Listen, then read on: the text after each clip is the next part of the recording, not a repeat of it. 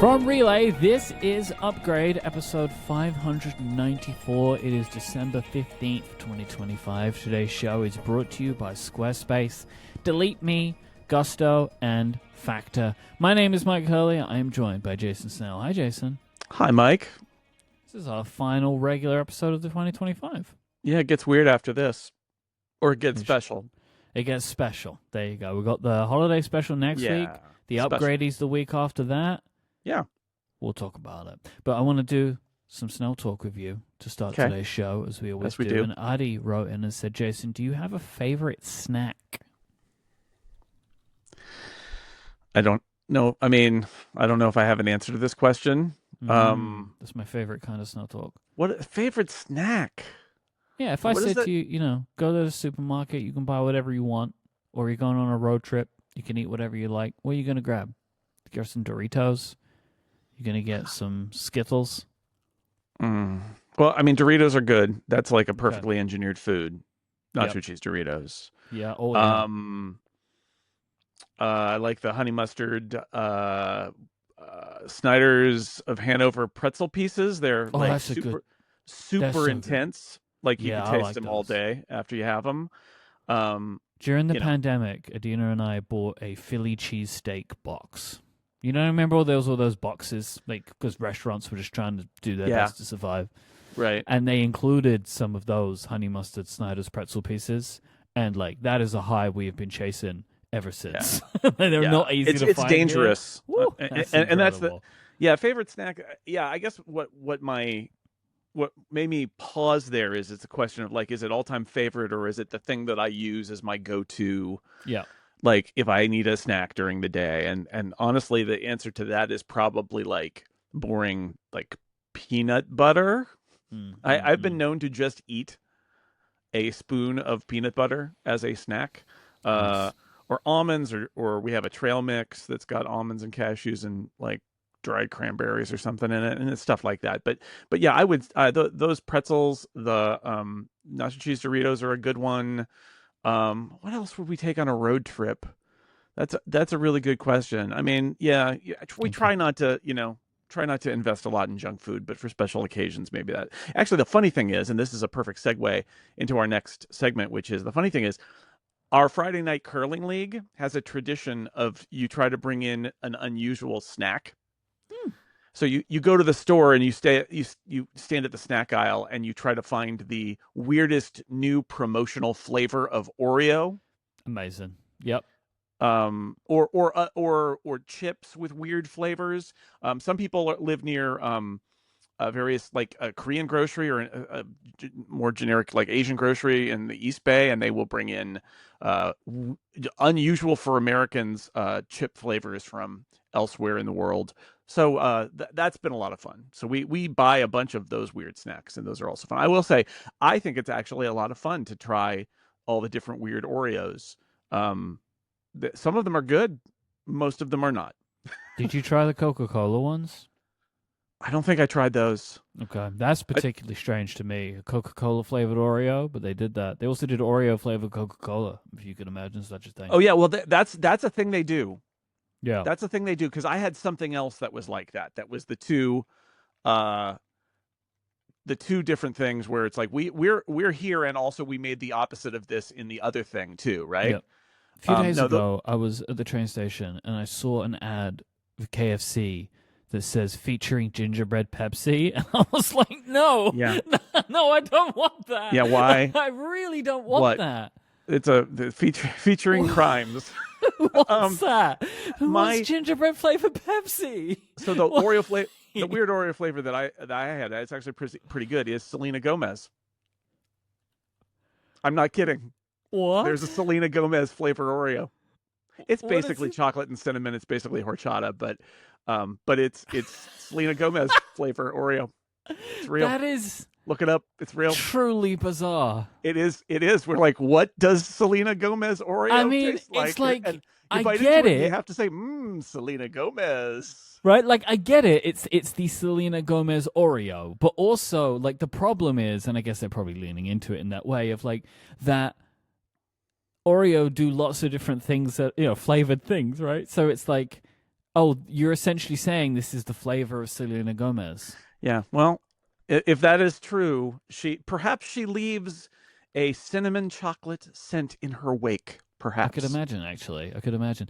The Hmm. packaging is odd because it's a pair of Oreo Beats on the packaging, and I'm not sure that I get that. I don't know if Selena is known for Man, music these days. I don't. She's got the headphones on in the Only Murders in the Building opener and stuff. Like that's sort of a character Mm. trait of that. Maybe it goes from that. I don't know. Anyway, that was a surprise. There are most of them are disappointing, but some of them are good. And yeah, so that I have my most of my junk snack intake is actually Friday nights after curling. You know, this is one of those classic ones where it starts with, I don't know how to answer that, and we end with Selena Gomez flavor. You know, that's Yeah, just sometimes how the show begins. If you it's would like just to a send journey. in a Snell Talk question of your own, please go to upgradefeedback.com and send one in. We have some follow up. You referenced curling. Yeah, Last week, we spoke about curling media, songs, movies, and the like. yeah, and We a got, surprise podcast that indeed. blew Yeah, you away. I was quite surprised. Curling We scandal. got two different curling song recommendations. Yeah.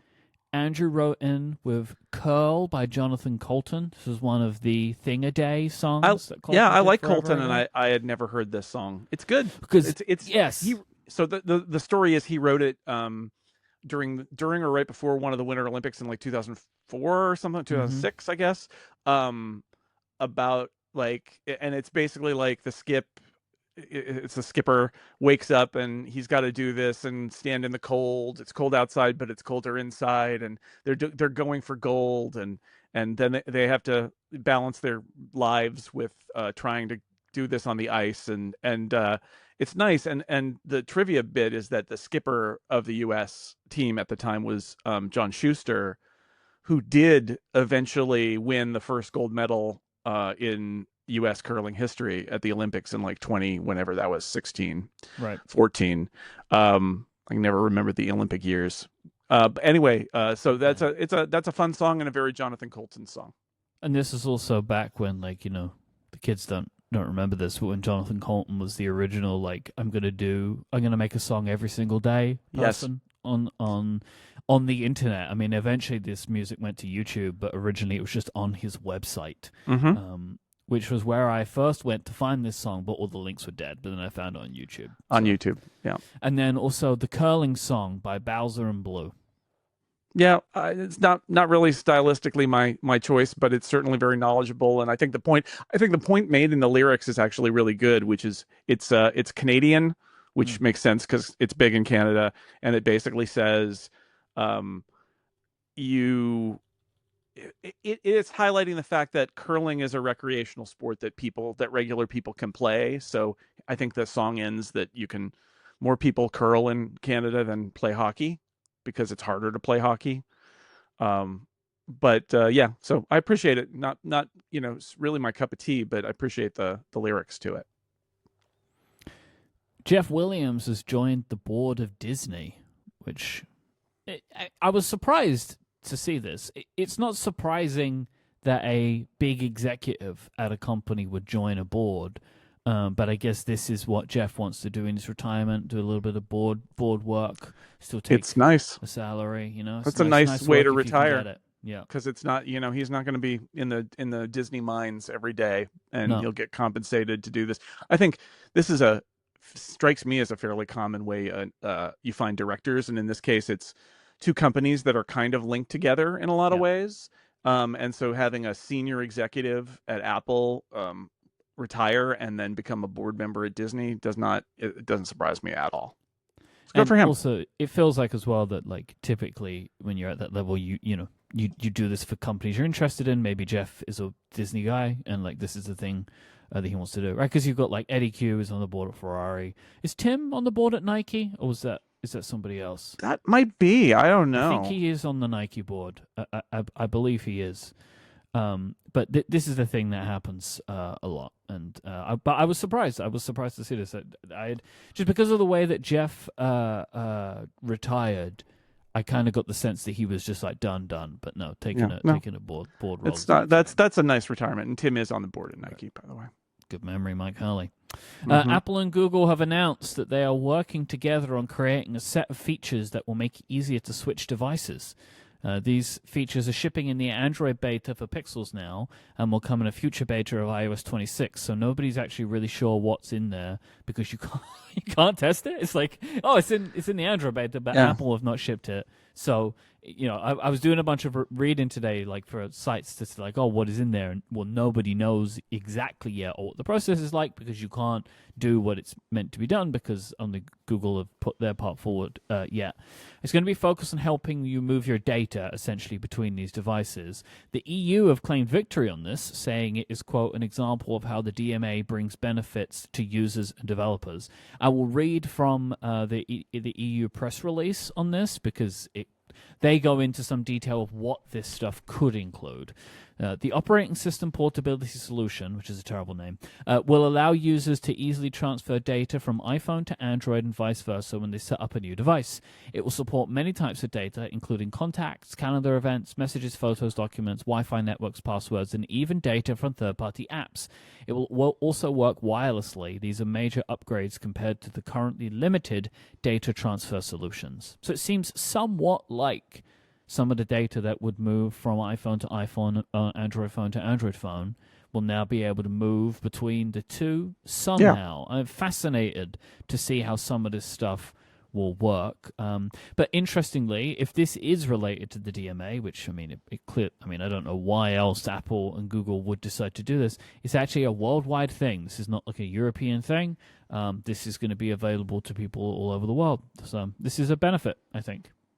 Well, both sides have tried to do like move to iPhone apps for Android and move to Android from iPhone and things like that, right? They've tried to do things like this. But that's hostile, right? Those were hostile apps where this is the two companies have actually had to work together on creating some kind of portability between file structures, right? Yeah. Like moving all your photos has probably essentially been an impossible thing to do until now. Without uploading them to a cloud service in the middle, right? Yeah. And so, I think this is fantastic. We'll see, but it's good for the users, good for consumers. Yeah, absolutely. And also, I mean, if you're confident, it's good for the companies, right? Like for Apple, if Apple's confident that it will be able to win over more Android users in time, then this is good for them, right? It makes it easier for people to switch. Yep. But also the reverse is true. Apple have announced that Pluribus is their most watched show ever. Yeah, how about that? I mean, that's more than Ted Lasso, more than Severance. Yep. More than In the Studio. I mean, these are shows that have all been successful for them. I think, there are a few things going on here. One, this show has a lot of interest and intrigue, and people want to watch it because it comes from Vince Gilligan. And also, this is the effect of Apple being better and better over time. They have more subscribers now than they've had before. I think that's probably true. We've seen there's some numbers that suggest that they've actually had quite a bit of success. I think in Amazon channels. Yes, I think they're in Amazon channels now, and that allows people who, and in some ways, it maybe even like takes a little bit of the fear away. I think that some people who are not in the Apple ecosystem look at Apple TV and are like, well, I can't do that. Yes. But if you're in the Prime Video app, you can do it that way and you still get all the stuff. And I think it's a service that's growing. And so obviously there's more of a user base from which to get higher viewing numbers. So, I mean, good. It's a great show. I love it. Real quick, no spoilers, all right? But I'm just letting Jason know this. I have started watching it now. Great. We're a couple of episodes in, and I'm enjoying it a lot. It's a fascinating, I feel like, where I am at least, genre-bending show, I think is how I would describe it. Like, there are things you think are happening that aren't happening. It's good. It is very weird and very good and very high concept. There is a second season that had been greenlit. It was a 2-season. Or I mean, I don't know if Apple's going to go and announce on the day of the finale that it's season 2 is coming in a year or a year and a half or something like that. But because they like the theater of that. But it was a 2-season pickup, and I believe they've already written season 2, and they're going to shoot it in the spring, or they're in the process of writing season 2. I don't know, but like it was always intended to be a 2-season pickup. Maybe I mean, I assume at this point, given the ratings, as long as Vince Gilligan wants to do it, but certainly there'll be a second season and they're shooting it in the spring. So we might see that same time next year. It feels like one of those shows that, like, I don't know how long you could do it unless you had a real distinct plan for how you would do it. Yeah. I think there's a plan. I do believe that. I think it's going somewhere, and I think there are plenty of things that could be loaded. I mean, obviously, everybody who's been watching it has been thinking of, but what about this? What would this be? What would this? And I can imagine that there are going to be some things that set it off in some very different directions, which would also be really interesting. Yeah. But I'm sure Vince Gilligan knows how much story he's got, and if he if he only has 2 seasons of story, he'll do 2 seasons and be done. Yeah. If he's got more, then I'm sure he'll do more. Yep. Because Apple's happy. Yeah, I mean, well, they would be, wouldn't they? Yeah.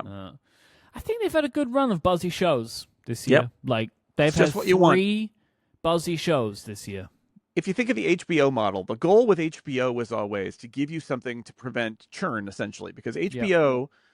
Before the world of streaming, HBO was kind of like a streaming service in that it was an add-on to your cable system. It was you had to pay an extra however much money to get HBO, and you could drop HBO. And even if you were locked in and trapped in your cable company, HBO was still optional. So they did have churn of subscribers. So the HBO model was always on Sunday night. I mean, movies, they want the headlining movies brought a lot of people in. And then they were also like, we can do TV series on Sunday nights, and we can have those be buzzy, and that increases the stickiness because you're going to have to stay to watch all of The Sopranos or Sex and the City or these kind of shows that have some buzz. And I think the ideal was you would have several of them across the year.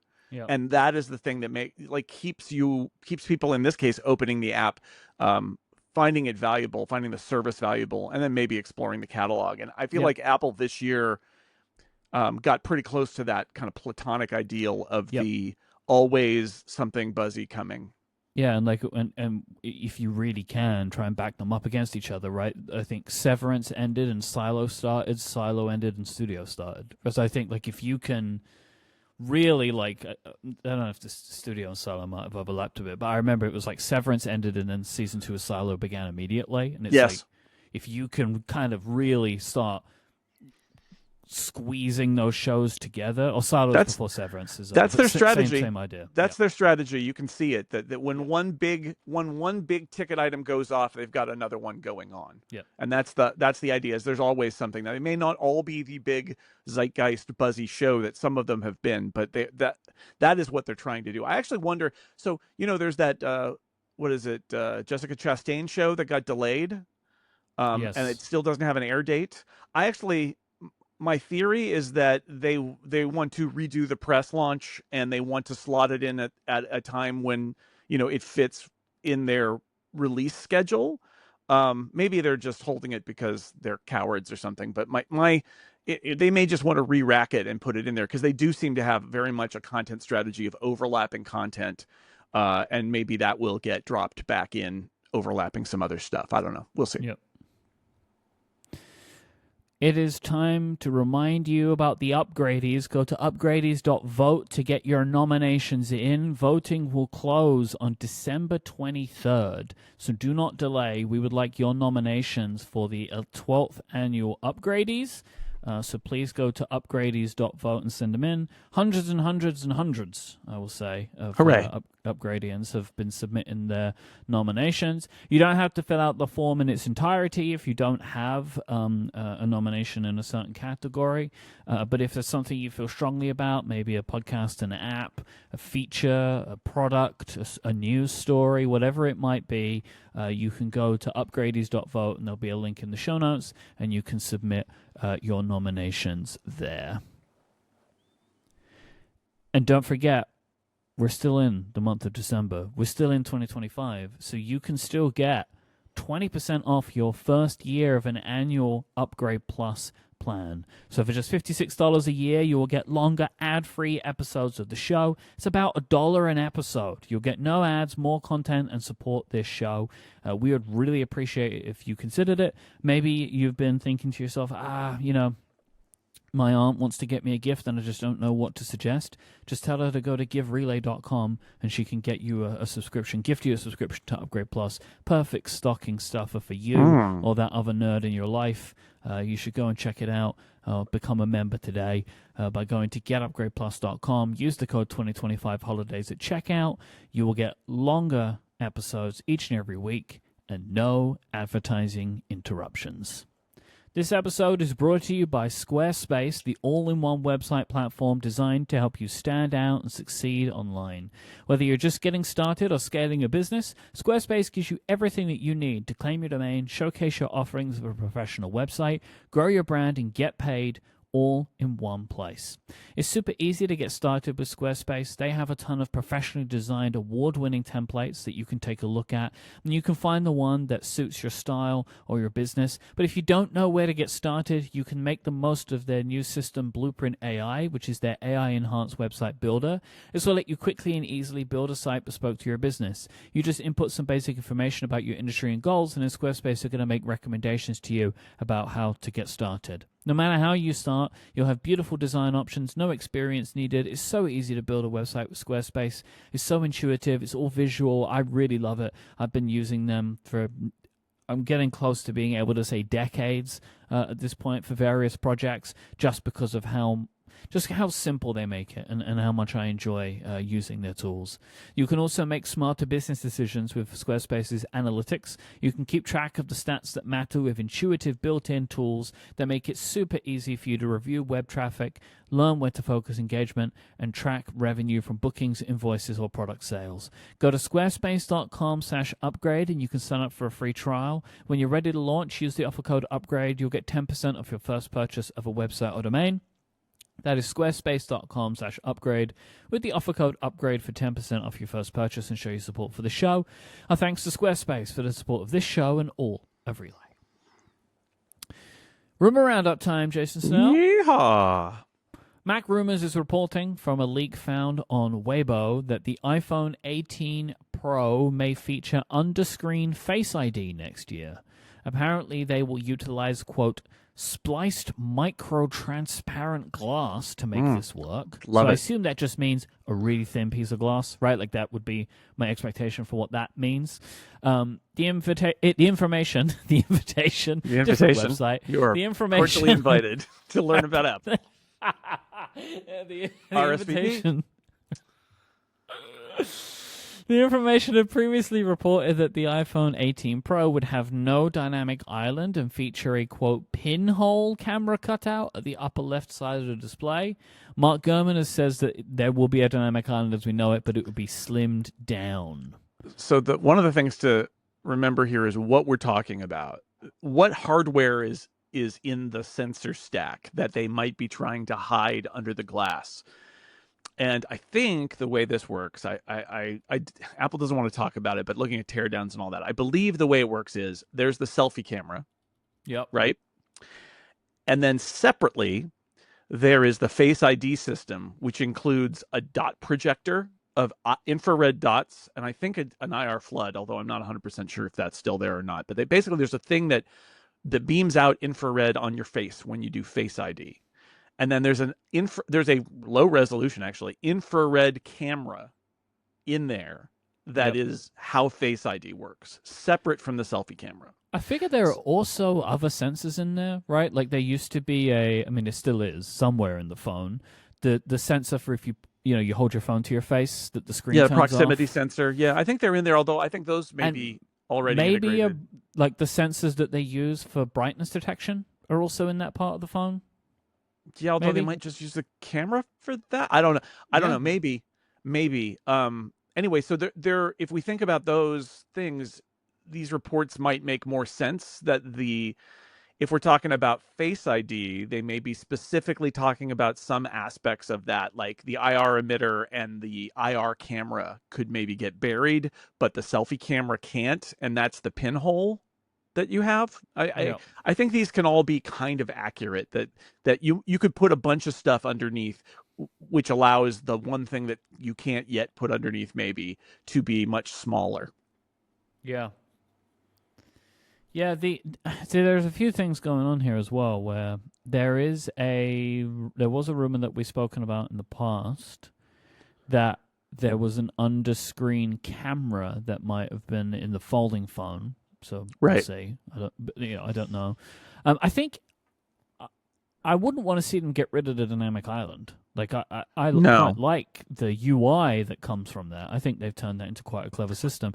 But also from what you're saying, I guess from what Mark Gurman is saying, you could get rid of some of it, make it smaller, right? And maybe it's just a camera and something else, and that kind of, there's still a kind of cut out in the screen. But yeah, over time you would hope that some of the stuff is just not going to need to be completely visible in the way that it is. I mean, my gut feeling is that they're not going to get rid of the dynamic island, and that it's a feature of iOS now, and that if you think about it, the dynamic island is a live activities feature. So if there's a future phone that doesn't have the cutout at all, I think if you start a live activity, the dynamic island will appear, right, with your live activity running in it, even if it doesn't need to be there all the time covering up a dot or a hole or a notch or whatever. Like, I think that they can keep the dynamic island on the iPhone if they like it. And I think it's nice to have a live activity view floating there and have that option for your interface. Yeah. Yeah, I mean, and as you say, like, it could even just like bubble up, right? Like, it doesn't have to be something black on the screen that it must emit from. Like, it can just pop up and just appear or something. Yeah, just animate. If they do this, if they put the Face ID under the screen, I will be even more upset if then the folding phone is Touch ID. Like, if they have found a way to put the Face ID stuff under the screen completely on the 18 Pro, and I'm going to pay like double the price and then you have to use Touch ID, I'm going to be so mad. Because I'm already angry about the possibility of me paying $2,000 for Touch ID. I like knowing one of the talking points of one of our episodes next September is going to be Mike gets angry about Touch ID. I think it's great. I think it's comforting. As good.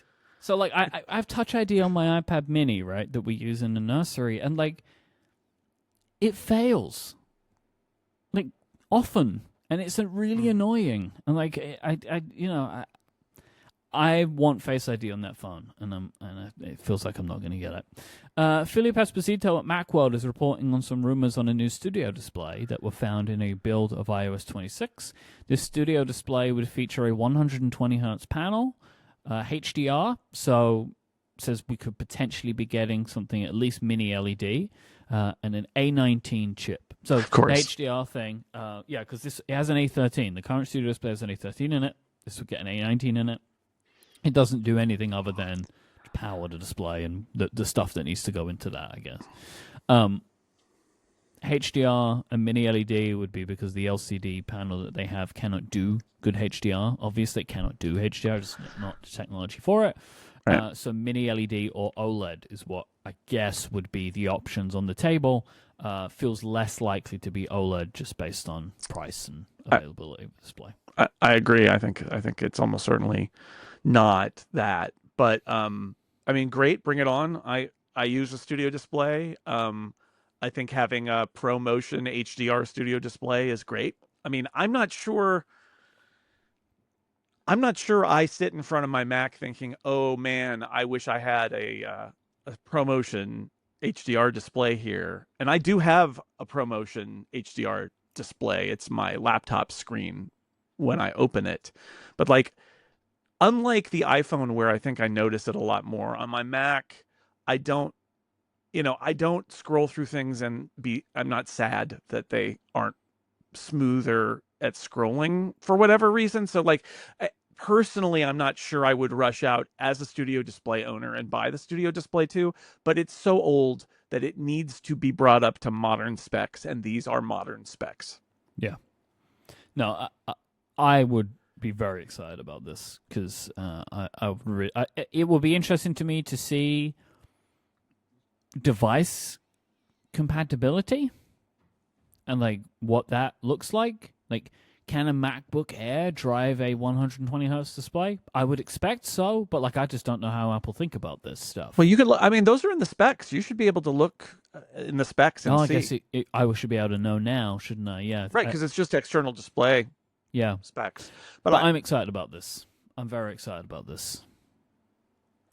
Similarly, Felipe found just mixed. Similarly, what is I'm off on one today. Not been sleeping great, Jason. You know, for reasons of baby. So I think that's coming out in today's show. Felipe found reference to HomePod Mini and AirTag updates as well. The HomePod Mini will be upgraded from the Apple Watch S5 chip to the current S10. Today was when I was reminded that the HomePod Mini runs on an Apple Watch processor. I had forgotten that piece of information. And that the new AirTag will apparently get an improved pairing process, enhanced precision finding, even while the device is in motion, so you'll be able to be better at finding it even if it's on the move, and more detailed battery reporting. Okay, so just better. I mean, sometimes updates are not. A lot of times we judge updates by the delta, right? As tech nerds, especially, we're like, well, what's new? Why did they put it? What motivated Apple to make a new AirTag? What motivated Apple to make a new Studio display? And I think it's fair sometimes to just say they wanted to stop using all the old parts that are running out for the old thing, and it's embarrassing that thing is still for sale, and so why don't we do a new one with modern parts? And so the AirTag, it may literally be that, right? Which is the whatever, 5 years ago they made their first engineering cut at an AirTag. They've learned a lot and tech has improved over the years. Why don't we stop making that AirTag and start making a better one? Even if it isn't the case that if you've got AirTags, throw them all away and get the new AirTags. I don't think that's necessarily what most people will think. It just means that if you go in an Apple store and buy an AirTag, it'll be better than it was. That's it. So HomePod Mini is probably similar. Yeah. Yes. I mean, the HomePod Mini is just like we're just updating it. But I think with the AirTag, I think Apple clearly considered privacy with the AirTag, but not to the level that privacy advocate groups wanted. So they made a bunch of changes to the software of the product, right, over time. And I expect that the second generation AirTag will have been developed in a world where they were like, what if we went even stronger? And that there were rumors previously of it you not being able to tamper with the speaker, like that they were going to build a tamper-proof speaker, and it's like stuff like that, right? Yeah. And so that's what I expect to see, and some of this stuff that is given as a customer selling thing, like precision finding or whatever. Sure. I mean, you talk about what's improved about it, and that's can be part of your marketing. But I think that sometimes we give that too much weight, and it really is that they did this however many years ago they designed the original. They've learned a lot since then because it's been out in the market. Yep. And they and the tech is advanced. I mean, that's the thing with a lot of stuff is you just got to. It's not like a piece of furniture. It's a tech product, and if in 5 years you have completely new processes that may make that product much better or cheaper to make or whatever. And I think also you talk about the processor and the Studio display. At some point, they're not making those processors anymore, right? And so it's like you want to get off of that processor and get to something that you've got in abundance, that you're making at scale right now, and then you can commit to that for the next 5 years. So I think that's a lot of what's going on here. So they'll make claims about the AirTag. I just wanted to say sometimes we get focused on that when I think it's more like it's just a better AirTag that they're selling now. And, I maybe there will be reasons to upgrade, but it seems to me that it's not entirely about that. And it's more about, we really should sell they're still selling the Mac Pro, right? Like we should really sell a modern one of these and not just keep selling the old one. I would like an AirTag with a rechargeable battery, I think. I know, like, when they announced it and it was a watch battery, I was like, that's great. I don't like that I have to keep changing these batteries and then I have to deal with the batteries. I would love an AirTag that I could put on an Apple Watch charger and in 45 minutes it's back to full again. Like, I think I would like that product. I don't think they're going to do that, but I would like them to. I think that would make me happy because I don't like having to deal with all these batteries all the time. I have a lot of AirTags in my house. I think that would be nice. Tim Hardwick at Mac Rumors has put together a list of the MacBook models that we're expecting to see in 2026, and I thought as we're also approaching the end of the year, it would be nice to reflect and look forward as to what we may be expecting to see in 2026. I'll start off with the kind of the boring / expecting stuff. M5 update to the MacBook Air, and M5 Pro and M5 Max MacBook Pros we're expecting to see. The M5 is a product lineup that now has begun rolling out. We only have it on in the laptops. We only have it on the base MacBook Pro. We would expect to see that start rolling out in other places. That'll be interesting to see what the Pro and Max chips are like there. But then also we have the low-cost MacBook, which, as a quick refresher, 13-inch display, thin and light, LCD display, A18 Pro chip, USB-C, maybe some colors. That is the kind of amalgamation of the rumors. Right. Performance similar to an M1 MacBook Air, maybe a little bit better than that, but using more modern parts and, shape to be determined. I'm still thinking it's going to look a lot like the M1 MacBook Air, but we'll see. Yeah, I think that is the story for me of this product, is how much does it cost and what does it look like? Like, those are the things that I'm really interested in. The other details, they are interesting, but I feel like I understand them. Like the first time I heard MacBook powered by an iPhone processor, I was like, oh, I don't know about that. But the A18 Pro, I know, can handle it, right? Like at this point. So that's not a concern anymore. But like, when you hear it at first, you're like, that doesn't sound right. But I guess that was how we also felt about Apple Silicon in general, right? Yes, like, it is. Very similar feeling. Yeah, it's like, what about Macs powered by iPad chips? But like, hang on a minute, how are they going to run macOS? Turns out really good is the answer to that. Yeah. So, the idea of it going to the iPhone chip, especially at this point, as you say, like, I guess you would know this. The A18 Pro is more powerful than an M1 by quite a margin, right? Well, I did the research on that, and it's more powerful. What is it? More powerful in single processor. Because I did charts at 6 Colors about this. It's more powerful at single processor because it's using a modern core, but it's just about the same in multiprocessor because you're going from an M chip with its cores to an A chip with its cores, but like perfectly respectable. And in graphics, I think it was very similar. Perfectly respectable difference. So. Yeah, definitely. That's why I keep saying sort of like think of it as an M1 profile. Even if the truth is it's so here are the numbers. So just using the Geekbench numbers as a rule of thumb, A18 Pro is in single core is faster than the M3, right? Because it's using a more modern core than that. In multi-core, it's about as fast as the MacBook Air was. In its 8-core existence, it's about the same because although I think it has fewer cores in the A18 Pro, they're also better cores, so that makes that way. And then in terms of graphics, again, it's better than the M1, but not as good as the M2. So it's I would say it is M1 class for everything except individual, single core performance. But a lot of stuff is just, if you're doing one thing, a lot of stuff is just single core performance, and that will make it feel snappy enough. And the M1 Air feels pretty good. So I think it will not be a problem, but we'll see. And then the M6 MacBook Pro is also expected to launch either towards the end of 2026 or early 2027. So this will feature the M6 chip generation. I would expect this will probably be the Pro model, is what we would see here, because of everything else in this computer. I wouldn't expect them to launch the M6 base with this. The M6 line is a new TSMC process, which will be 2 nanometers, and it incorporates all of the different components more closely together, so we could see some performance boosts there. The big win for this device would be the big feature is a touchscreen OLED display.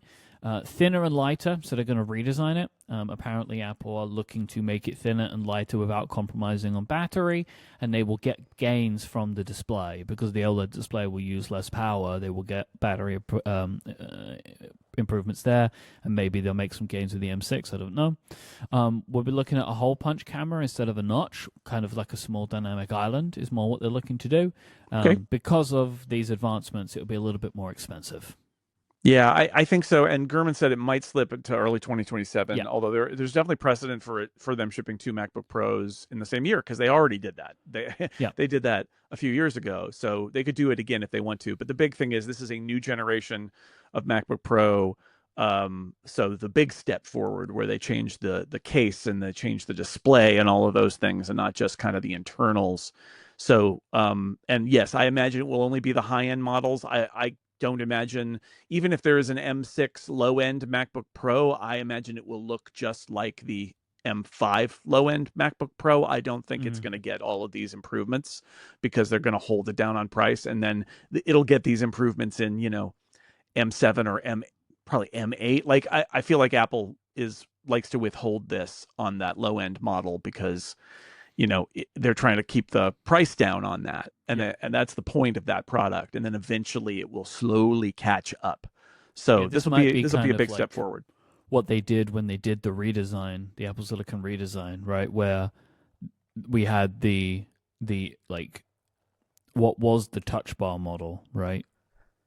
Still kicking around at the base of the MacBook Pro line. It's exactly that it lags the bottom configuration of MacBook Pro. Apple has decided is important, even though it's not always that great. Right now, it is great. Right now, it's come all the way back up where, in fact, it exists on a new chip that the higher end models don't even have yet. But when we reset the clock, when there's a brand new design, I don't think it'll get it. It'll hang back for a while. And with the 2 in a year, I mean, it seems like realistically, the M5 Pro and M5 Max have gotten delayed a little bit, right? Like that did not happen in 25. And so, we may see early 25 for these and then late 26 for this MacBook Pro, which was maybe always expected to be a 2026 product. So early 25 for the M5 and we already are in 25, so it'd be early 26 and late 26. I want to get our years right here. Thank you so much. What year is it? Because we're right at the end of 25. I haven't worked it out. I'm still writing 2022 on my checks. This is what I'm saying is that it's so weird that we're talking about this MacBook Pro, and I have to say it may be 27, right? It may be early 27 and not late 26. And I don't know how much of that is the design and how much of that is the pace of Apple Silicon. Like, I don't know whether it was always the plan to ship the M5 Pro and Max chips in the spring, or whether they wanted them in the fall and they weren't really ready, and so those products have been delayed. I don't know which one of those is true. I suspect that only Johnny Scrooge knows for sure.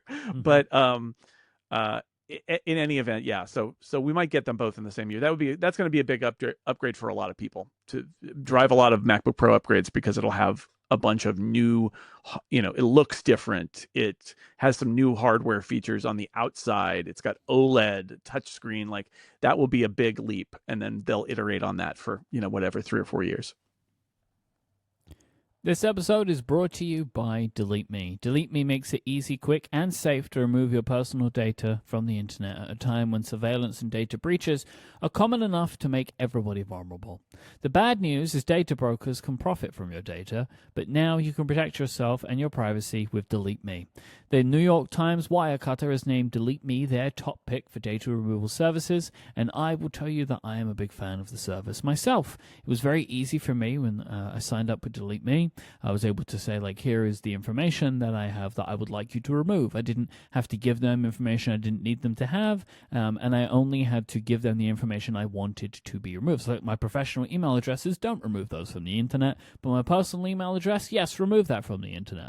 People don't need that to be online to be able to get in touch with me, and I don't need it to be available to people. But it's not just that. Addresses, phone numbers, all kinds of information you can give them. Then Delete Me will go out, They will search through these data broker websites and they will find your information. If they find it, they will get it removed. They will go through the, I expect, pretty laborious process of trying to get your data removed, and then they make it happen for you. They're out there in your corner. They're doing the good work. Take control of your data and keep your private life private by signing up for Delete Me with a special offer for listeners of this show. You can get 20% off your Delete Me plan when you go to joindeleteme.com/upgrade20 and use the promo code upgrade20 at checkout. The only way to get that 20% off is at joindeleteme.com/upgrade20 and use the code upgrade20 at checkout. One last time, that is joindeleteme.com/upgrade20 with the code upgrade20. Our thanks to Delete Me for their support of this show and Relay. It's time for the Betails, Jason Snell. Ooh. Because this isn't really a beta, but we're going to do it anyway. 26.2 is out. This comes with a bunch of different changes across the... Well, it's 26... It's all the .2s, right? So it's 26.2 on iOS, iPadOS, I guess watchOS, and macOS as well. Yeah, everybody. I want to start by talking about iPadOS because iPadOS had continued to see more big change. So in 26.1, we got slide over, but now split view has returned. So you can drag apps from the dock and Spotlight onto each half of the display. It will fill that half. You can also drag windows to each side and it will do the same. And then you have kind of infinite resizing of those two split apps. Also slide over gets basically it's dock improvements because in addition to making it easy to drag out two things and make the equivalent of split view, you can drag out of the dock and make a slide over. And then for people who like to switch apps in slide over, you can drag out of the dock onto your slide over and it'll switch to that app.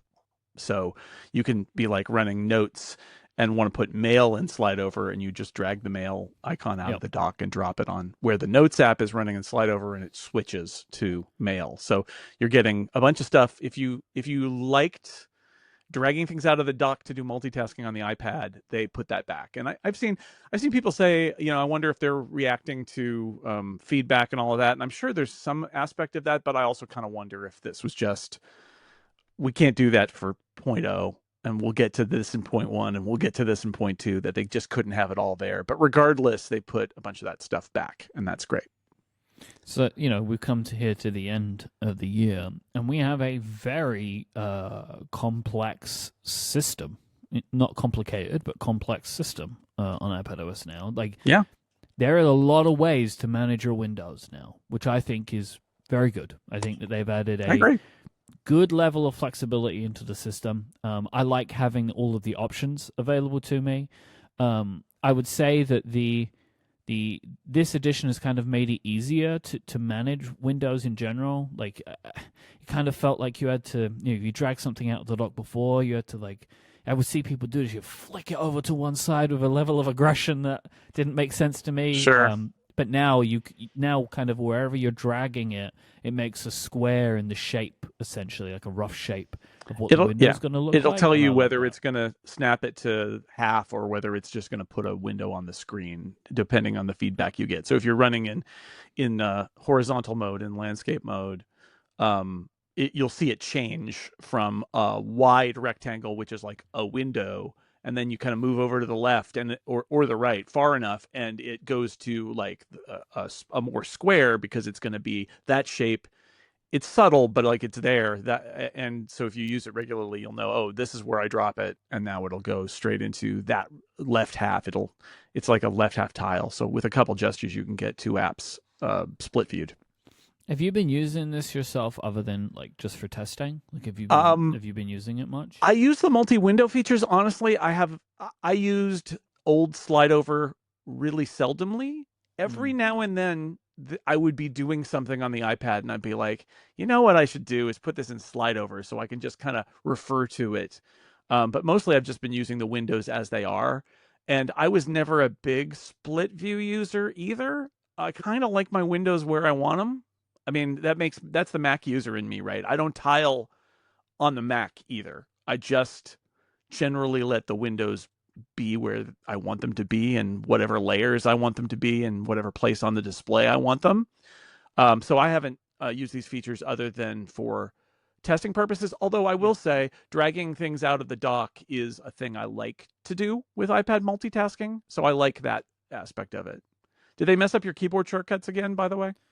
Well, they messed them up but didn't put them back. Okay. So they didn't put them this back. happened during the 0.2 beta cycle. They made some changes to the way that some of the keyboard shortcuts work. Like if you're a Stage Manager user like me, somebody asked, by the way, that they want to hear about how I use Stage Manager. At some point next year, I will do a segment on the show where I talk about how and why I use Stage Manager on my devices. Okay. Great. I think people don't understand it. But so I do want to talk about that, but I want to kind of really map it out and talk about it properly and like what I like about the system. But like, for example, now, if you press Command W and to close a window, it just sends it over to the stage view. Like it doesn't actually close it, which I find that just feels like a bug. But the one that I don't like is that Command H used to take you home. It now hides your window, and Globe H takes you home. That just feels wrong to me. I think hide as a command on iPadOS just doesn't need to be there, because Command W is fine. Like the apps don't close. You're just hiding it. Like, where is it going? Right? Otherwise, like, just Command W will do the job. I mean, they're doing it because that's what it is on the Mac, and they kind of want these to be the same in both environments, I think. But they don't work the same. You know what? I know what you said, but they don't work the same way. Because my issue is Globe isn't used for any of the other windowing things in this way. Like, it's not Globe W to close a window or whatever. So I'm constantly pressing Command H, which I'd internalized, and it's just hiding it where previously it used to take me to the home screen, and has done that for years. I don't know exactly. I'm going to have to look, and I'm not using Stage Manager, so the behavior may be different. But the way I would expect as a Mac user for it to work on iPad is if I do Command H, the window goes away, but either it's retrievable somewhere, or if I open that app again, the window comes back where it was. And Command W, the app closes essentially, or that window closes, and if there are no other windows open, then it's gone. Yeah. And then if I bring that back, it's like I'm launching the app, and that window doesn't come back unless, it behaves like an iPad app. It comes back to whatever state is the launch state, because in window management, the difference on the Mac anyway between Command H and Command W is Command H is, I don't want to see you right now, but when I bring you back, you come back right where you were. And Command W is you're gone. Right, and I don't care. You can exit that state. So if you're in a text editor and you've got a file open and you do Command W, the file is not open anymore. When you open the app again, it's going to say, "Let's open a file," versus Command H, which is like, "Stay right there," right? Like, but I don't want to see you. But when I come back, I want you right where I had you. And I don't know if it does that or not.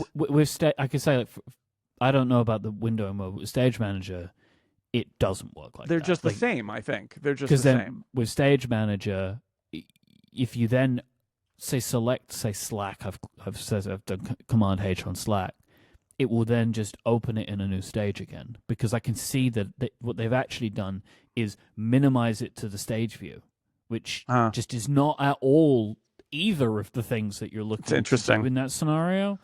And they also added Command Q, which is fascinating to me. Like, there's a quick command.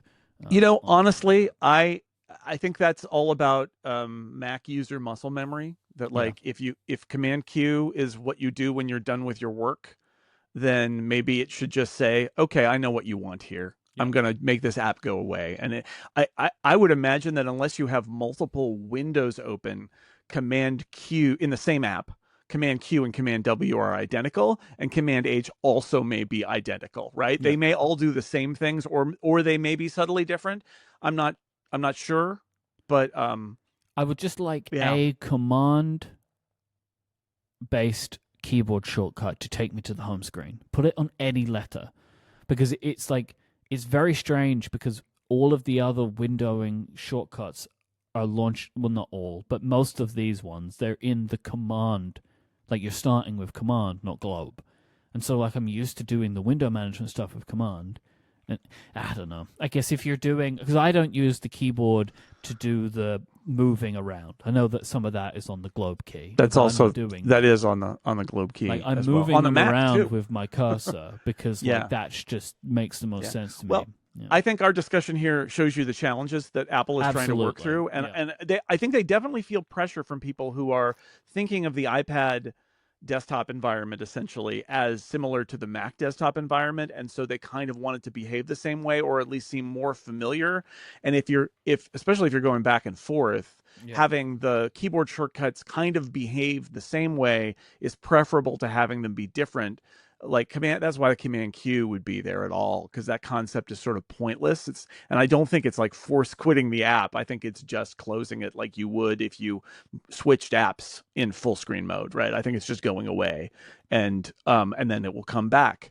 But you've got the added complexity of Stage Manager and the whole concept of like, what is this thing? What do we mean when we say we're closing or hiding an app? Does that mean it goes into the Stage Manager view? Does that mean it, and conceptually, the problem is conceptually that's a little different than it is on the Mac. So it's, I think they're still working through it. So I think there's maybe some hope that some of your complaints might lead or might be realized in the future, just because this seems like it's still in flux.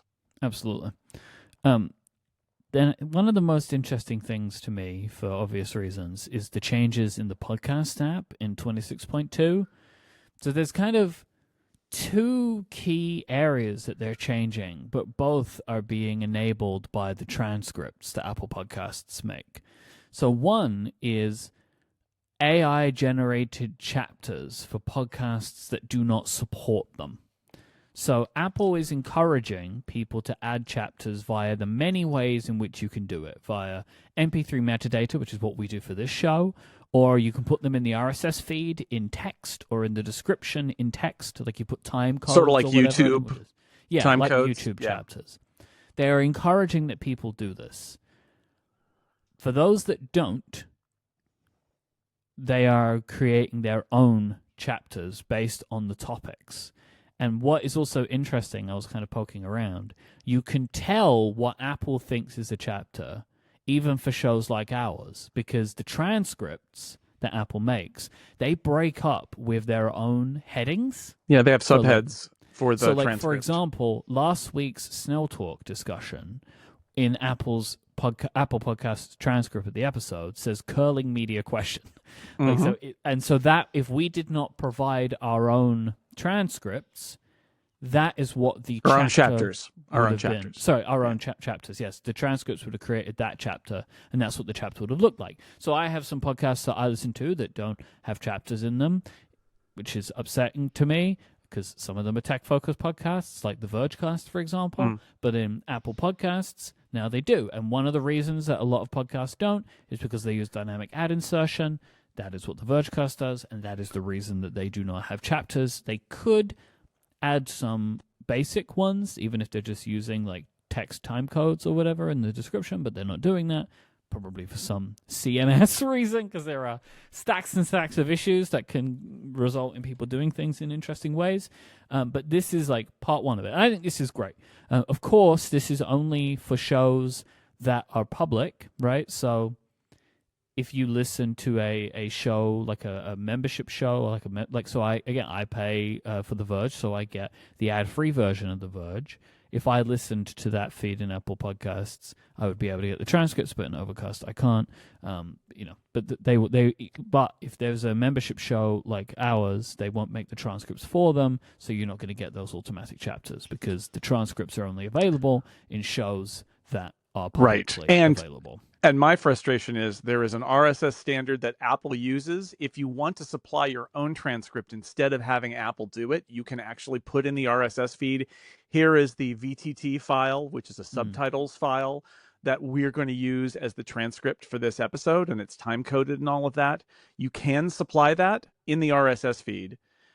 And frustratingly, even though Apple won't transcribe a private podcast, a member edition, and we can do a transcript and we could put it in the RSS feed, Apple Podcasts won't show it, which frustrates me a lot. Pocket Casts, I think, does. but because I do it for the Incomparable Special Edition for members, I generate a transcript file and embed it in the RSS. And I think Pocket Cast uses it. But that's the thing that frustrates me is like, okay, you don't have to transcribe my member podcast. You could probably figure out that it's identical across all these different subscribers and do that. But if you don't want to do it, I did it. Maybe let my people see it, but they don't do that. So that's frustrating. But then with the transcripts, so you've got the chapters. Also with the transcripts, they're starting to pick out things that you mention and put links to those things. So the key one is if you mention another podcast in your show, in line with the transcript, they will highlight the podcast that is mentioned, which I think is awesome. And then you can just press a button to go to the show or press the plus and you can follow the show. So like if, for example, in last week's episode, we mentioned The Rest is History, and the show was in the transcript. It's like right there at the moment that we mention it in the chapter where we're talking about them winning the podcast of the year, which the Apple transcript named that one Apple of the Year, which is hilarious. Yeah, doing a great job. Apple of the Year. Congratulations Apple of the year? to Tom and Dominic. You're the Apple of the Year. Apple of the Year. AI is doing its thing, I guess. Mm-hmm. But I think this is great. And then also, they're in line, but also on the episode page, it mentions, there's like a section, it's like things mentioned in this episode, and there's other podcasts that are mentioned in the show will get added in there as well. So I think this is a really great discovery thing that they're using, and I think it's incredibly clever. Like, however on earth they're doing this. Yeah. I can just say the rest is history, and it just puts that link right there. That is very impressive. You did it. And I've done it again. Well, I guess we have to see. So the talk show with John Gruber is also a podcast that's available. Yeah. I think that's as is Cortex and Connected. And Mac Power. I can just keep doing this. Yeah, be sure to listen to the Incomparable Mothership, available where you get your podcasts. I'm gonna have to check now to see what the transcript. Who knows what we're just we're hacking Apple Podcasts now. We're breaking through. We are DDoSing Apple Podcasts. It's not going to work anymore. If nobody gets their shows tomorrow, now we know why. There's also going to be some level of automatic linking via the transcripts that you can. This is fascinating to me because I've yet to see this work yet. But apparently, if you mention stuff that is on Apple's services, so Apple News, Apple TV. So when we mentioned Pluribus earlier, theoretically, it should show up. I don't think it's going to show up in line, but it should show up at the bottom. I checked the TV draft episode because, if it's going to be in there, it's going to be, in there. Didn't pick out any of them. And it is possible, if you go into the Apple Podcast backend, you can manually link these things, and you can even put timestamps to them, I think. And so you can go in and add them, and so things that you've mentioned will show up. But I have yet to see an example of it being in the transcript or seemingly based upon the conversation. It may not be turned on. I do wonder for all of these things if one of the things that's going on here is it's trying to judge if it's a substantial mention, right? And so for the podcast, we talked about The Rest is History for a while. Yes. You talked about the subject and mentioned upgrade on Connected, and there's an upgrade link in there. So I wonder if, if we spam it like we did a few minutes ago, if it's but those are all just in passing and they're not really about this, and I'm not going to put the links in, or there are too many of them or whatever. There are probably a lot of rules like that they're trying to use. A lot of time talking about those Apple TV shows, right? And they're not, they don't link or even reference them in there. It may not be turned on yet for that, or wasn't when they transcribed that episode. I don't know. Who knows? But I think it is. I think this is very interesting. And I think is showing the potential power that you have available to you once you have a complete transcript and an understanding of what is in the transcript to do stuff with it. Yes. I think this is very, very clever. So I would say I've just gone back to the Apple TV draft episode, and it has pulled out the podcasts that we mentioned in the episode, Downstream, The Rest is History, and Cortex, but none of the TV shows. Yeah. But I think it's their intent to do that, but they're obviously not doing it, or not doing it for all podcasts yet. Yeah. And that's fine.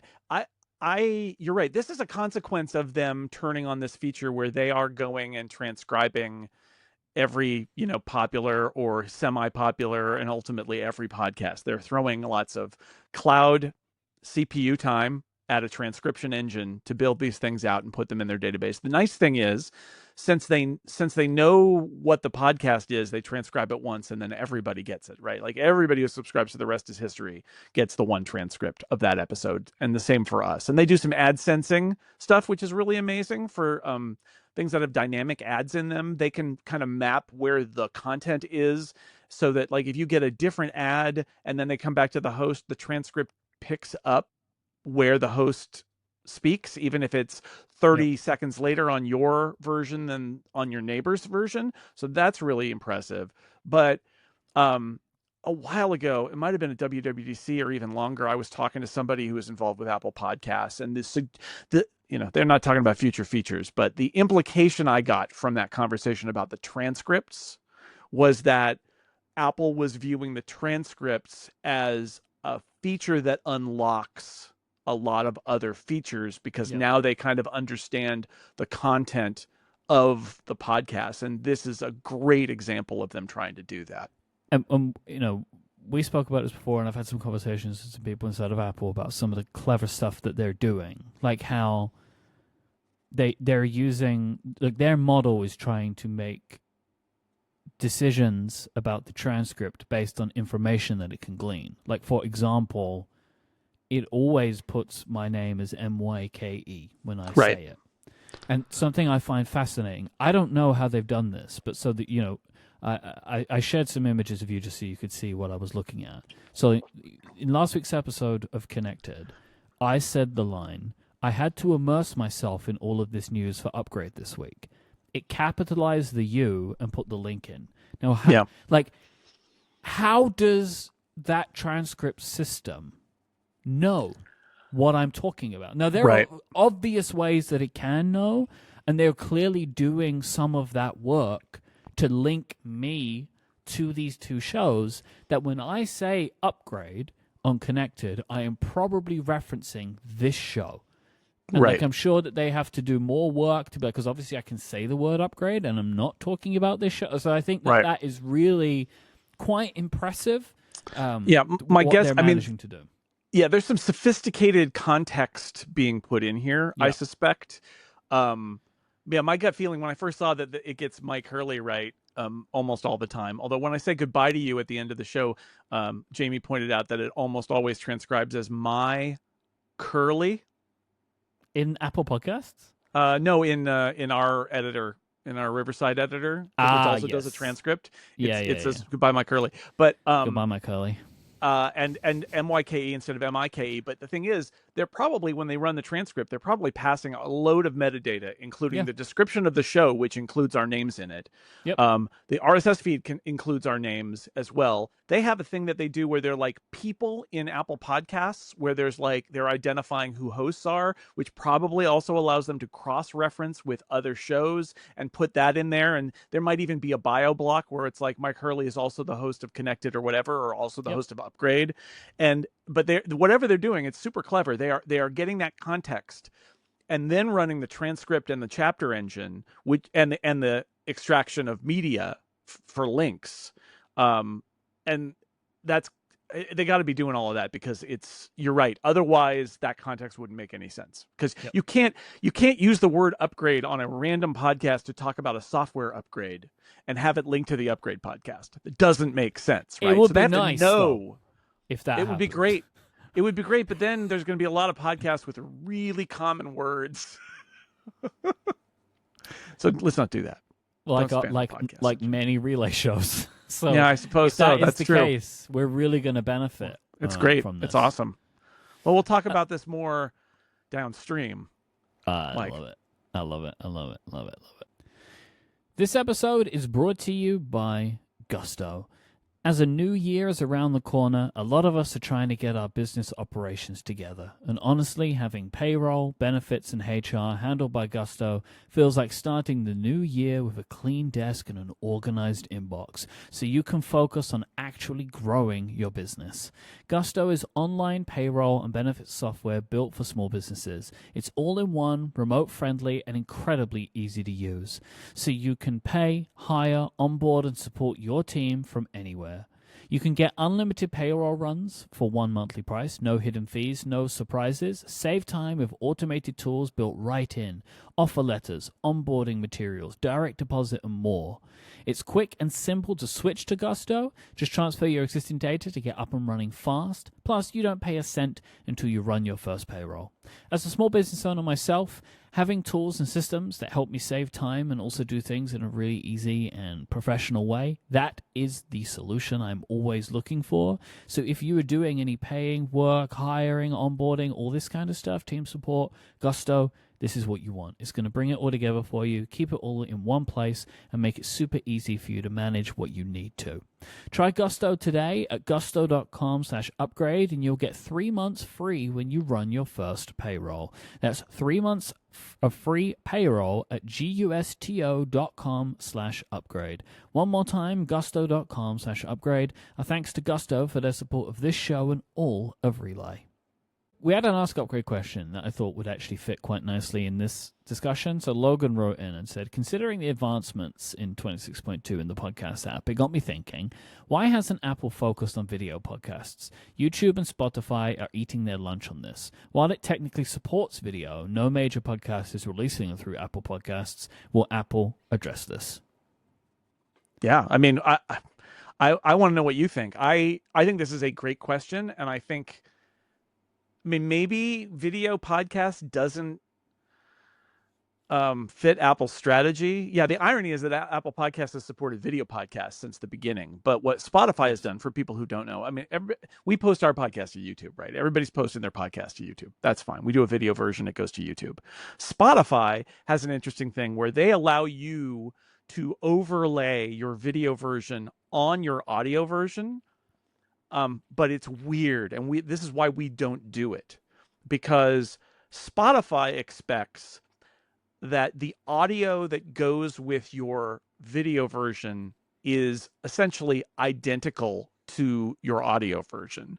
So if we were to upload Upgrade in video format to Spotify, you wouldn't get the audio edit that is carefully being done by Jim Metzendorf. You would be getting the audio from the video edit that Jamie is doing, which is more, it's not on Jamie. It is, hi, Jamie. We are more focused on just having it be kind of expediently, make sure the cuts happen where the cuts happen. Yeah. But like, she's not, and we don't expect her to do like dialogue trimming, take out this little bit of crosstalk. Like, she might do a little of that. The but audio like, doesn't sound as good either. And it doesn't sound as good. Function of the system that we're using. Because it's coming from Riverside, which does a decent job all considering, but it's not our local recordings that Jim Metzendorf is using. Which are completely uncompressed audio. So right now, the way it works on Spotify, just so people understand this, if we uploaded Upgrade to Spotify, you wouldn't hear, even if you're not using video, you wouldn't hear our audio edit. Yeah. You would hear our video edit, which we are not going to do to the level of our audio edit because we are primarily an audio podcast. So Spotify basically says, if you do video, you're a video podcast, and we'll just use the audio of your video. And that's why we don't do it. So I think Spotify have made what I consider to be a perfectly fair assumption. Like, I agree. I think if you're producing video, you're probably just pulling the audio out of the edit and you're publishing that audio. The reason they do this is because they have an incredible feature where you can seamlessly switch between the audio and the video at any time, which I think you could toggle video on and cool. off. It's very cool because if you're listening to a show and then someone mentions something, you can just jump back 10 seconds, turn the video on, see what they said, and then just turn it off again, which I think is a very cool thing. But yes, it doesn't work for shows that produce what in a way that is considered to be odd today. It would genuinely. I could imagine you could say this to an engineer at Spotify, and they were like, never even considered it. Like, yeah, because it's just not how their partners are producing their shows. Because they want that feature, and if we uploaded our video and we didn't have that feature, you couldn't toggle back and forth because the audio wouldn't track because it would be off because the edits are different. We tried it on an episode. That's how we know this. Yes, I recommended we do it, and it was bad. I know some people who edit. Erica, our podcast editor for a bunch of stuff on The Incomparable, Erica edits in a video editor. Mm-hmm. In whatever Sony's video editor is called, Vegas. And she does Total Party Kill, which is great because it's got video with it. So she does her audio edit with the video edit. But that is what would be required, which means that if we really wanted to go down that path with Spotify, we would have to get an editor who is comfortable editing audio and video simultaneously. It would take longer. It would be more expensive. We'd probably need to do a bunch of like download the video files, which would take longer. The show would get out later, and we're not willing to do that. So, okay. So Apple now, what does Apple do? Mm-hmm. Mike, you are a podcast expert, so I want to hear what you say. My gut feeling is that Logan is right, and that Apple has kind of fallen asleep at the switch, and that there is this big trend toward having podcasts with video versions, and they're just kind of not there. And I get why podcast app is different than YouTube, but Spotify shows that you can also say, actually, podcast and video are now kind of the same for some podcasts, and maybe we should just let you switch on the video if we want to, and that Apple is kind of leaving a trend in podcasting behind by ignoring it. What do you think? So, with an asterisk, Apple don't host podcasts, and I think that is the key difference. The asterisk is if you do a membership through Apple Podcasts, they do host the member version. You can upload the files there. Yeah. So let's say this. So if we post our podcast on YouTube, YouTube serves it. We don't have to pay bandwidth charges for every video view on YouTube. It's free. Yeah. Spotify consumes your content and reserves it. It's actually why for video you have to upload it manually too. Yeah, you have to upload that video. Same as you would for YouTube. By Spotify, and they'll do whatever they need to do to compress it and alter it dynamically or whatever it needs to do. Apple doesn't serve anything but those member podcasts. So yes, that would be number one, which would be... This is, for me, the reason they are not in this business is because they are not willing to do the hosting. To host and the Apple video. has always, I think that there is part of this is that they do decide to kind of stay out of it. Part of it is they just, I don't think, could get the internal sign-off to be able to turn themselves into a hosting platform, because it's gonna cost them a lot of money to do it. It does make me wonder. It doesn't make sense for their business in the way that it makes sense for YouTube and Spotify's business, because Also YouTube true. and Spotify will let you do this and will take the cost because they want to put ads on that content, and that's just not Apple's model. So they would essentially be taking on what could be a massive cost for no revenue coming in for them as a business. Like, it would just be pure cost. And at the moment, Apple works in a very simple, we sit in the middle scenario. So like, video is supported in Apple Podcasts. If you subscribe to a video RSS feed, of which there are very few now, but used to be many, like, which is hilarious. Incomparable offers one. There you go. We have for Total Party Kill, we have total video kill for members. Amazing. Right? But it's for members because, and this is the other part of this, if you host it yourself, it is incredibly expensive to host video, especially since you're not scaling at YouTube levels. And so that's why podcasts, even if they offered this feature, podcasters, I mean, probably if they offered this feature, there would be a host out there. Well, they do, though. They do offer it. You can watch video podcasts in Apple Podcasts. No, I mean, just don't do it. If Apple merged the podcasts together and said Upgrade can have a video feed, but you have to serve the video. No one's going to do that. Yeah, I mean, I imagine they would go out with a partner like Libsyn or somebody like that and say, we've got a video plan for you that you can upload to, but it's extra expense because it's a huge amount of data that's getting transferred at that point.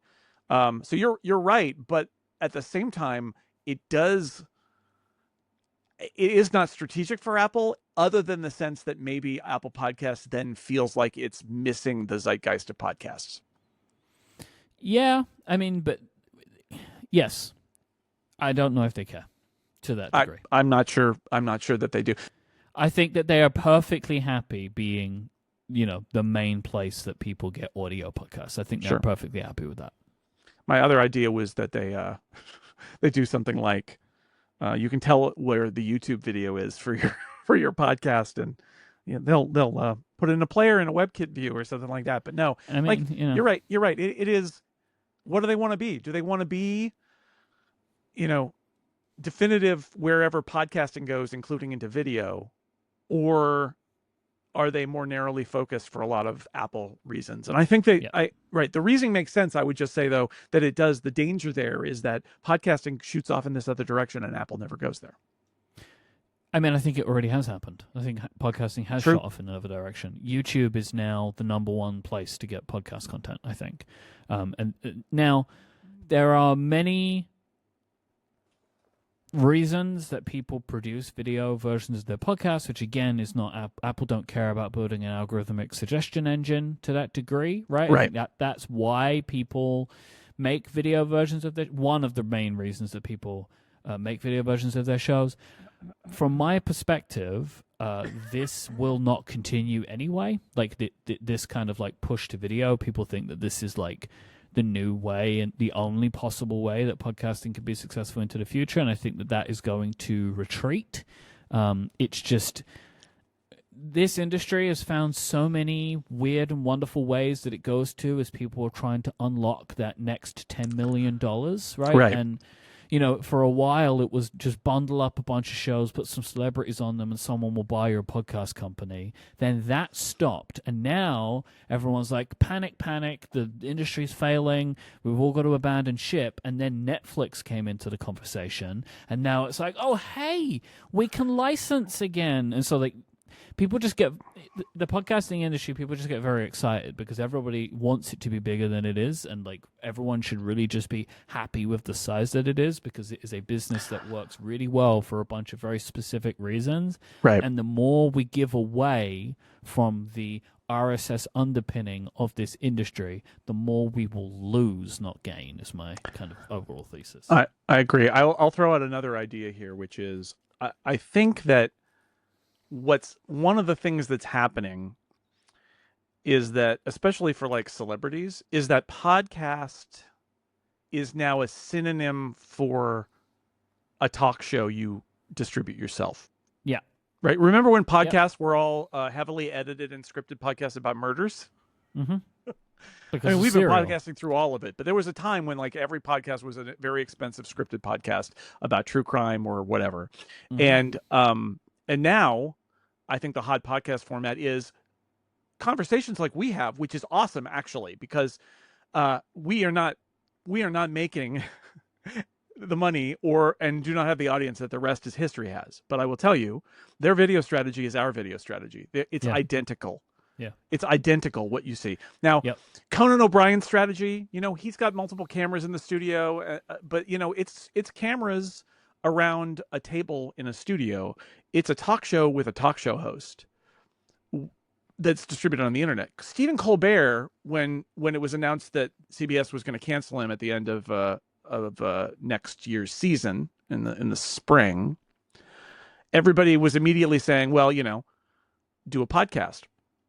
It's it's do a show on the internet, but now the context for that is do a podcast, because I think that's where it is right now, is people think of it that way. The good thing is, and there is a good thing here, is I believe that so many people love podcasts because they're trapped in their cars or trapped somewhere where they can't watch TV, but they can listen to the radio.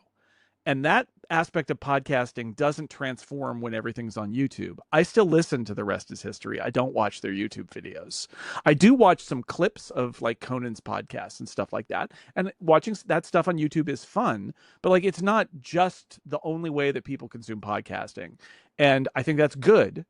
I think having the video is fine, but so what I like about it is Conan O'Brien has a podcast. And he may be comfortable with the video. Like, this is like when I'm on Twit, Leo comes from a TV background. And so he, I think, feels that the video version is the definitive version. But a whole lot of people never see the video version. And so I like the idea that Conan O'Brien has a podcast. He doesn't have a YouTube video show, even though he does. He also has a podcast you can just listen to. Amy Poehler's podcast, you can just listen to it. And it's very popular.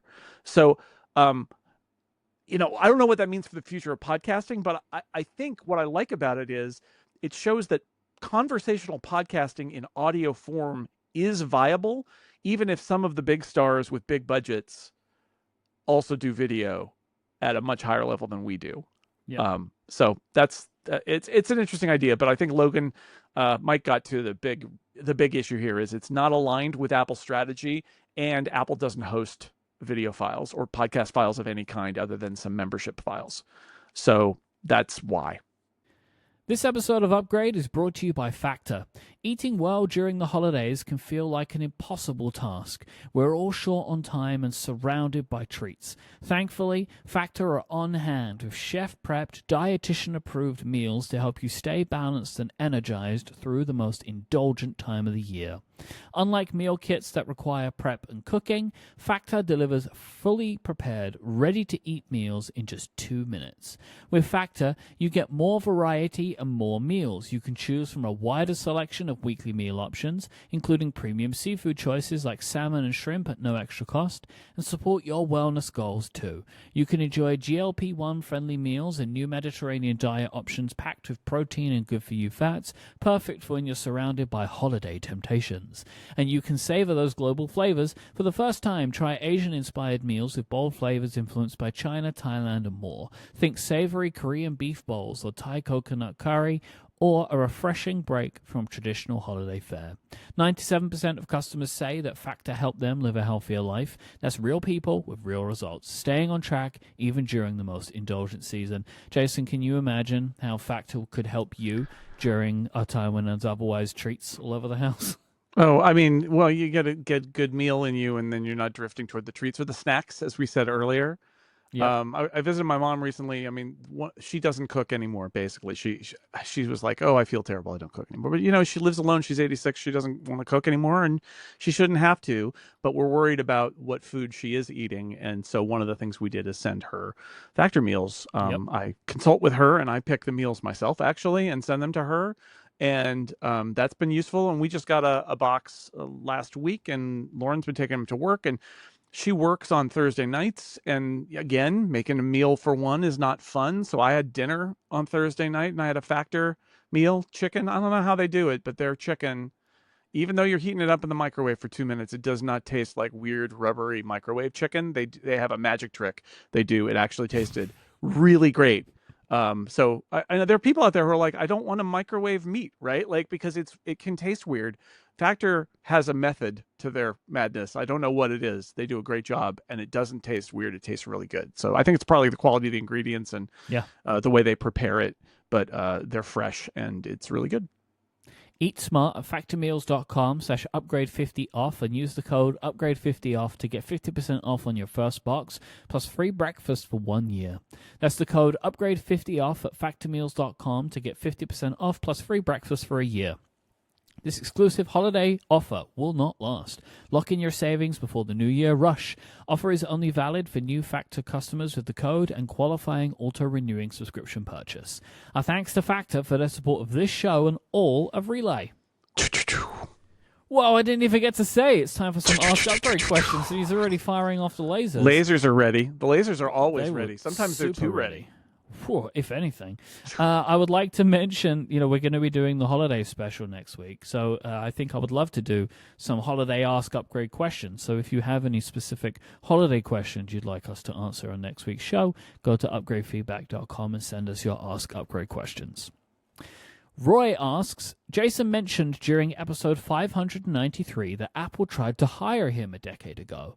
In my 3 or 4 years of listening to Upgrade, I don't think I've ever heard this story. What was the position? Did they approach him out the blue? Did he apply? Why did he turn them down? I would love to hear more about it. This is not the only I've heard this from a few people, Jason. Yeah. It was just a throwaway comment that we have spoken about some point, but a long time ago, I think. Yeah, a long time ago, and I think maybe I went into more detail on other podcasts about it, but I've been in the hiring funnel for Apple a couple of times. One was back when I worked at IDG, and they approached me about something, and that didn't go very far. I think I decided it wasn't really a great fit, and we didn't do it. And then after I left in that first year that I was out on my own, you go out on your own, and I don't know about anybody else, but for me, every time there was somebody mentioned a job opening in that first year, I was like, hey, a job. I don't have one of those. Maybe I should have one of those. And I don't do that anymore, but I did that for a little while. Yeah. I got approached by a person who works in editorial, which is very funny, thinking about Apple as an editor and a journalist, that they have an editorial group. But the editorial group does things like App Store content, App Store features. When they have picks of featured apps, they work with developer relations, but there's a separate group that is doing content for the App Store. And this is as they are about to launch or just had launched the Mac App Store. And so I think the concept there was, we want a lead editor for the Mac App Store to do the content for the Mac App Store. Yep.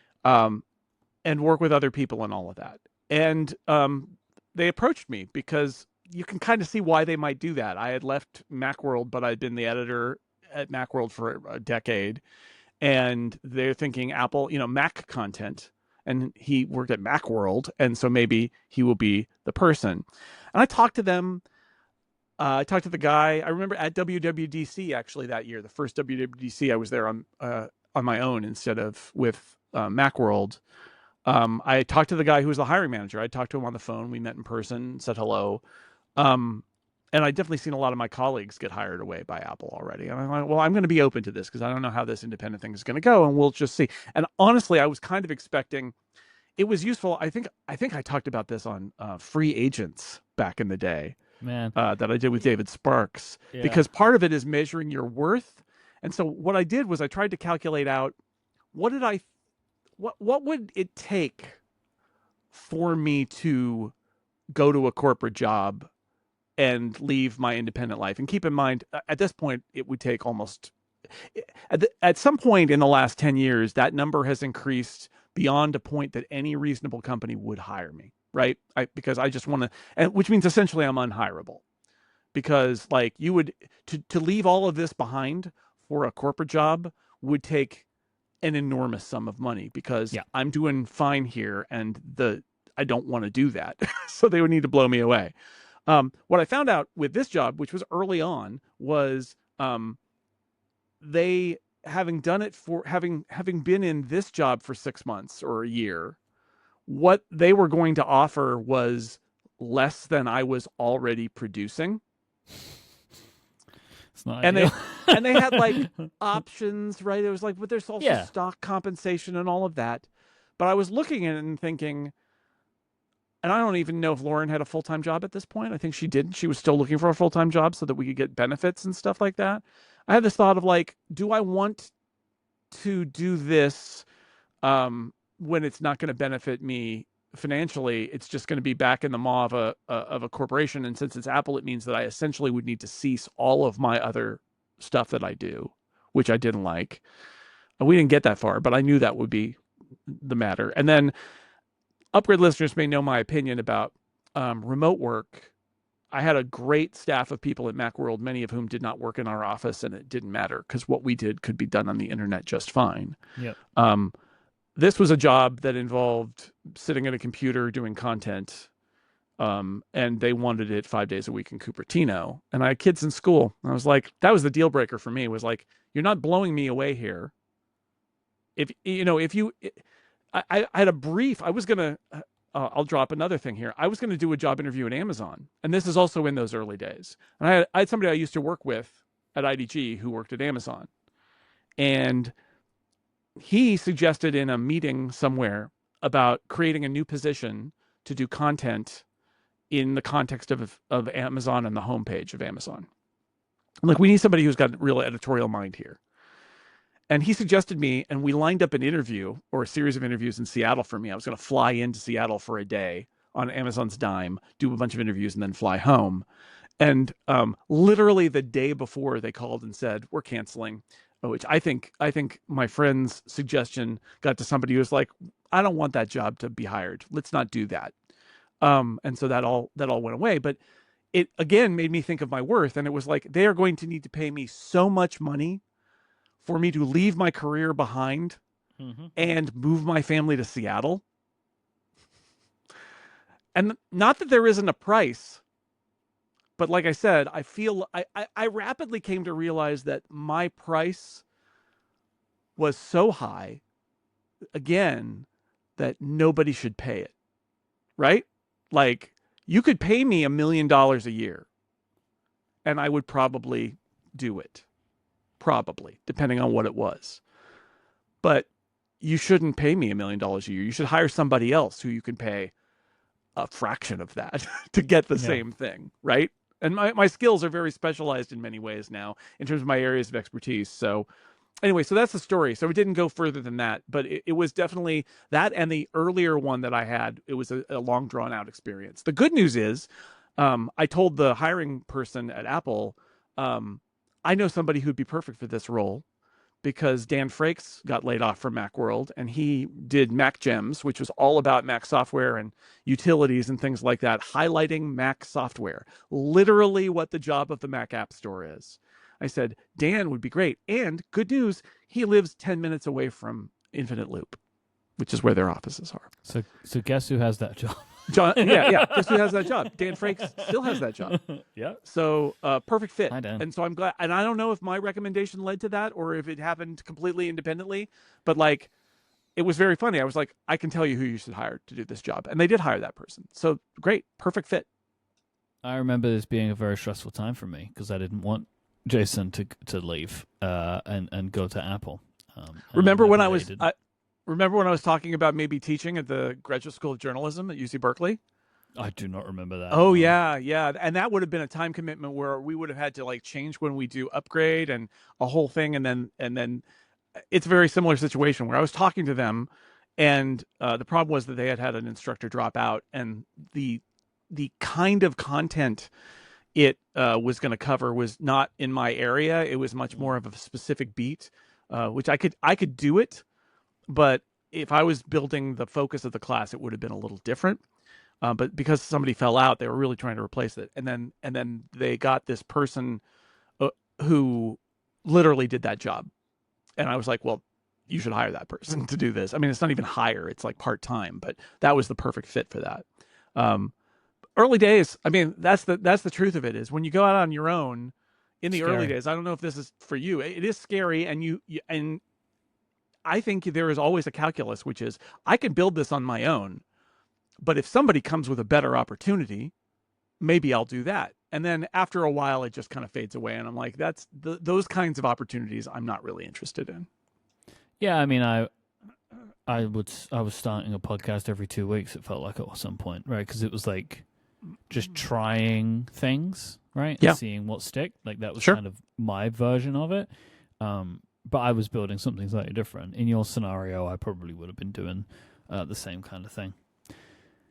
Jim writes in and says, right now, RAM prices are increasing wildly. Do you think Apple will be affected by this in the near future? Do you think they could have set themselves up differently to other companies to mitigate this issue? Apple does a lot. I mean, Apple was asked this question in the quarterly, and they said they weren't worried about it. Yeah. Because I think Apple has long-term contracts with RAM suppliers. They still have memory on their chips, right? They don't have like a separate memory chip, but they still have to have the memory chips. They still have to have those, and they build them in.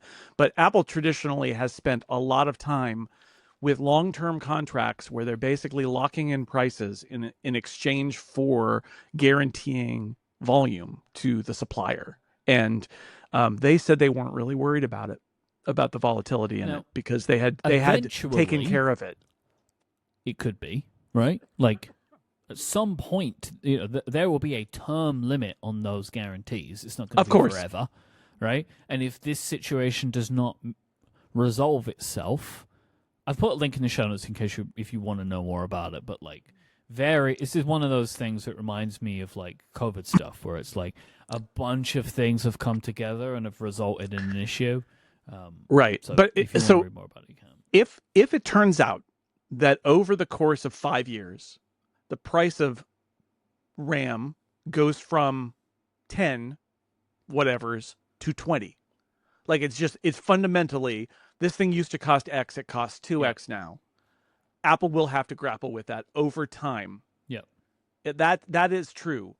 But fluctuations where like, oh, suddenly RAMs are expensive, and then what usually happens is if it's so expensive, everybody kind of rushes in to fulfill demand to lower the price, because that's kind of how the market dynamic works. And if that's the case, then Apple can ride it out. If there's a fundamental thing that happens that changes the world, of course they'll have to deal with it. They do have margins, they have different calculations, they can strike a bargain here and there. But yeah, so I think if the question is about fluctuations, I think Apple has said we'll ride it out. We're not worried about it. And then long term will be long term will be fundamental for everybody, right? Like in the long term, if something doubles in price, every single supplier, every single device that has RAM or whatever in it will have to deal with it. And of course, Apple already charges a lot of money for RAM anyway, so they're building some level of flexibility. Their margins are pretty good. Yeah, I mean that is true. That's absolutely true. And James wrote in and says, you've mentioned not wanting to speculate too much about Apple employees' personal lives, their health or careers. Where do you think the line is between gossip or unfounded speculation and reporting on current Apple news and rumors? Is speculation more okay since executives are kind of like public figures? I cannot decide my own position on this. No, my feeling is what's public and what's private. And I think we view it from the corporate angle.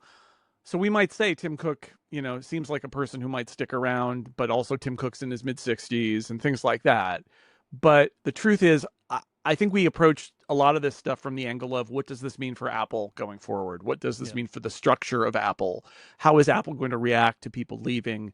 Who are the new people coming in positions of power? But it's not like, I would say, gossipy in the sense of, did you hear that so-and-so is doing this thing or going to this place? Like, I want to approach it from what does it mean for Apple? Because the people come and go, but Apple as a corporation stays, and that's kind of what we're here to talk about.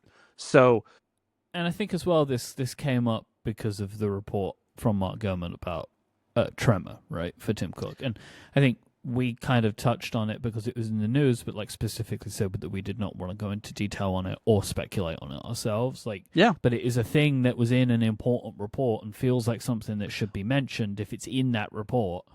And I would argue the health of the CEO of Apple is relevant to a certain point, right? This goes back. There was a scandal about Steve Jobs' health.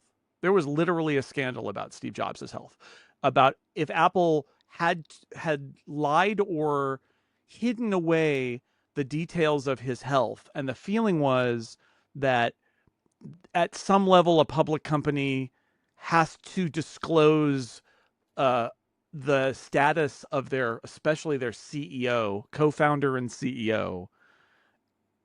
And it's tough because health is a personal, private thing. But there is that moment where it's like, but this is relevant in ways to the operation of the company. And then when especially Steve Jobs.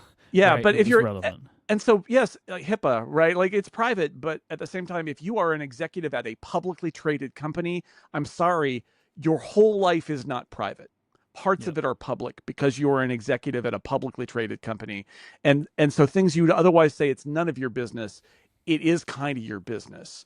Things that could impact your ability to be able to do your job need to be disclosed because it could affect the stock price, which could affect people's savings, right? Like there are just things that you have to understand and go along with. But like we're not going to sit here on this show, and we don't, and talk about what we think about Tim Cook's love life, right? Because it's like it's not important. Yeah. In any world. Also, what I think we do, and you can see it from when we report, when we do like rumor roundup and all of that, is we discuss things that get reported about things that might be coming from Apple. But I feel like we do a pretty good job of trying to diagnose that report, right? Like, where did it come from? And we've done this a lot. Consider the sources behind it. Who's giving Mark Gurman information? But we also say Mark Gurman is generally right. Like, I believe him and his sources because his track record is very, very good.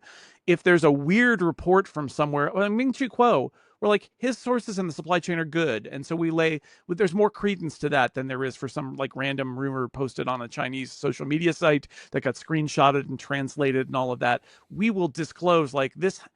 Some stuff is not worth mentioning, first off. And second, if it is worth mentioning, it is worth mentioning with the details of where it came from. And I think that's important too, as part of it is, does this stuff hold water, basically? And then you can judge. We will discuss it, but I want to always bring to the table like our level of trust or confidence in it, and I think that's part of the conversation too, and I think that's something that needs to come along with it. But also, just really quickly about personal lives and making it personal. The other thing I would say is, the other place that this comes into effect is, it's kind of like mockery about irrelevant things and discussion of irrelevant things.